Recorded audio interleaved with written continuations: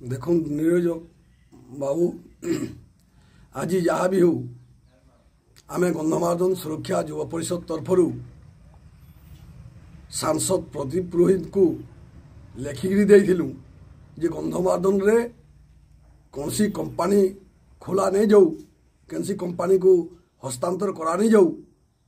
हिसाब से आम लेखिकी देलु गंधमार्दन सुरक्षा युवा परिषद तरफ किंतु जेन लेखा देलु जेन अनुरोध करूँ से अनुरोध के रक्षा करी प्रदीप पुरोहित जेन प्रकार प्रयास करिछन पार्लियामेंट रे जाइकरी लेखिकरी देइछन जे गंधमार्दन के जातीय संपत्ति रूपे घोषणा करा जाऊ ई दाबी जेन करिछन सेथिलागि युवा परिषद तरफरु तांकु अशेष अशेष धन्यवाद एवं विधानसभा रे सुरेश पुजारी जेन प्रकार तांकर वक्तव्य रखिछन 83 मसीहारू धरिकरी जेन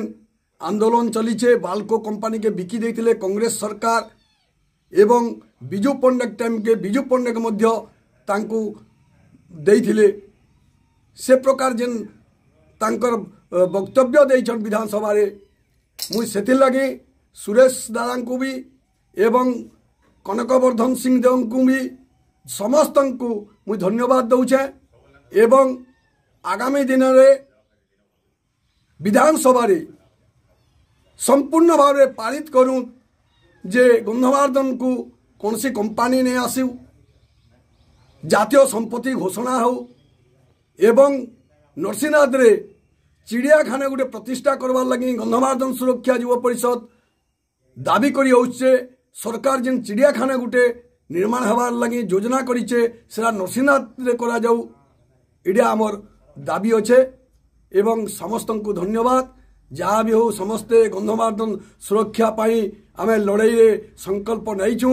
एवं आगामी दिन के फेरी लड़ाई करवा लगी समस्ते प्रस्तुत अच्छू।